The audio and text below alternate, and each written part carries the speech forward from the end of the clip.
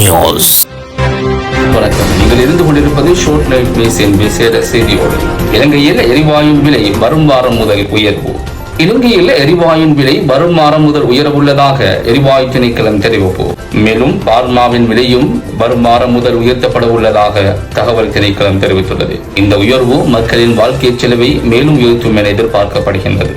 மேலதிக செய்திகளுக்கு short life நியூஸுடன் தொடர்ந்து இணைந்திருங்கள். அஸ்ஸலாமு அலைக்கும். வணக்கம். இதுதான் சான்ஸ். வார கிழமை தான் இந்த கேஸ் எடுத்து வெளியிருக்கும்.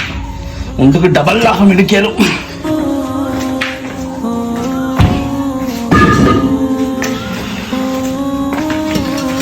கேஸ் வந்து கேட்டா கேஸ் இல்ல ரூபா.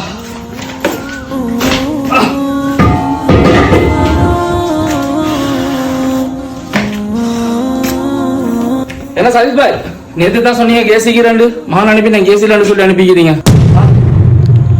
இல்ல கேஸ் இல்ல போலாம். கேஸ் முடிஞ்சு கேஸ் நீ வாரகாலமே போற மாதிரி தான் வரும் கேஸ். இல்லையா? சரி, பால்மா 1 கிலோ தாங்களே. பால்மா 1 கிலோ. பால்மாம் இல்ல, பால்மா கேஸ் ரெண்டும் இல்ல, ரெண்டும் வாரகாலம். என்ன பால்மாம் இல்லையா? என்னப்பா நேற்று தான் சொன்னீங்க சாமான எல்லாம் மீக்குது கடையிலன்னு சொல்லி, இப்ப சொல்றீங்க வாரக்கிழமைக்கு போறோம் வாங்கன்னு சொல்லி. என்ன இது? அவன் சரி எடுத்து வச்சுக்கீங்க. காலையில தான் நியூஸ் சொல்லி பார்த்தேன், வாரக்கிழமையிலேருந்து சாமான எல்லாம் விலை கூட்டுறேன்னு சொல்லி. அதான் நீங்க சாமான் இல்லன்னு சொல்றீங்க, எடுத்துதானே வச்சுக்கிறீங்க. அவங்களோட கேஸ் ஈக்குது. இனி வாரக்கிழமை கொடுத்தா இனி லாபம் கொஞ்சம் கூட எடுக்கலுமே. அதுதான் பார்த்தேன் வாரக்கிழமையே கொடுப்ப முடியும் சொல்லி. அதுதானே எனக்கு தெரியும் இந்த வேலை செஞ்சுப்பீங்கன்னு. சரி சரி தாங்க தாங்க. அடுத்த வந்து இங்க வாங்க ஷரீஃப் பாய். இப்ப நீங்க அல்லாஹ் பாதுகாக்கணும் உங்களை. நபி ஸல்லல்லாஹு அலைஹி வஸல்லம் அவங்க சொன்னாங்க, பொருட்களை யாரு பதுக்கி வைக்கிறாங்களோ அவங்க பாவின்னு சொன்னாங்க.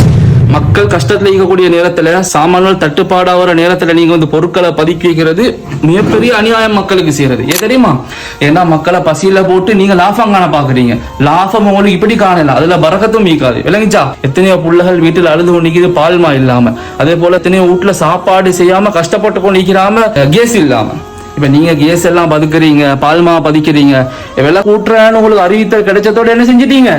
நீங்க சாமான பதுக்குறீங்க. இது ஆக பெரிய பாவம். அடுத்த வந்து நீங்க ஒரு பிசினஸ்மேன், உங்களுக்கு வேண்டியமா வியாபாரம் செய்யலும், மக்களை ஏமாத்தலும், ஒரு பொருளை வந்து விலை கூட்டி விற்கலும், பழைய பொருள் ஒன்றை புதுசுன்னு சொல்லி விற்கலும், உங்களுக்கு பொய் சொல்லலும், ஏமாத்தலும், உங்களுக்கு வேண்டியதை செய்யலும். இதெல்லாம் தான் நபி ஸல்லல்லாஹு அலைஹி வஸல்லம் அவங்க சொன்னாங்க, ஒரு நேர்மையான வியாபாரி நபிமார்களோட, சித்திகீங்களோட, சுஹதாக்களோட இருப்பாங்கன்னு சொன்ன நபி ஸல்லல்லாஹு அலைஹி வஸல்லம். எவ்வளவு பெரிய பாக்கியம். அதனால வந்து மக்களுக்கு பொருட்கள் தட்டுப்பாடாகிற நேரத்துல, நாட்டுல தட்டுப்பாடு ஏற்படுற நேரத்துல நீங்க என்ன செய்ய வேணும்? சாமான் பொருட்கள் இப்படி பதுக்கி வைக்க வேணும். அப்படி நீங்க பதுக்கி அதுல லாபத்தை நீங்க அடையணும்னு நீங்க எதிர்பார்த்தீங்கடா, அந்த லாபத்தால நிச்சயமா உங்களுக்கு எந்த பெருமதியும் மீக்காது. அது ஏதாவது ஒன்றால் அழிஞ்சது. இல்லையா? இது போற அப்படி மட்டும் செய்ய பேத்திட வேணும். சரி, இஸ்லாம் ஹராம்னு சொல்லி இது பதுக்குறது அப்படியே வரணும். சரி மோலானா, அப்ப ஜஸாக்கல்லாஹ் ஹைர். உண்மைக்கு நான் பார்த்த லாபம் கொஞ்சம் கூட எடுத்துக்கொள்ளணும்னு சொல்லிதான். இப்படி இஸ்லாம் ஹராமண்டிக்க போகல நாங்கள் நான் செய்ய போக தேவையில்லை. எனக்கு என்ன சேர்த்து சும்மா அந்த பாவ மக்களும் கஷ்டத்துல நிலைமைண்ணா. சரி சரி, நான் தாரேன் கேஸ் ஈக்குது. நான் வாரவங்களுக்கு கொடுக்குறேன் நான் கேஸ். சரியா?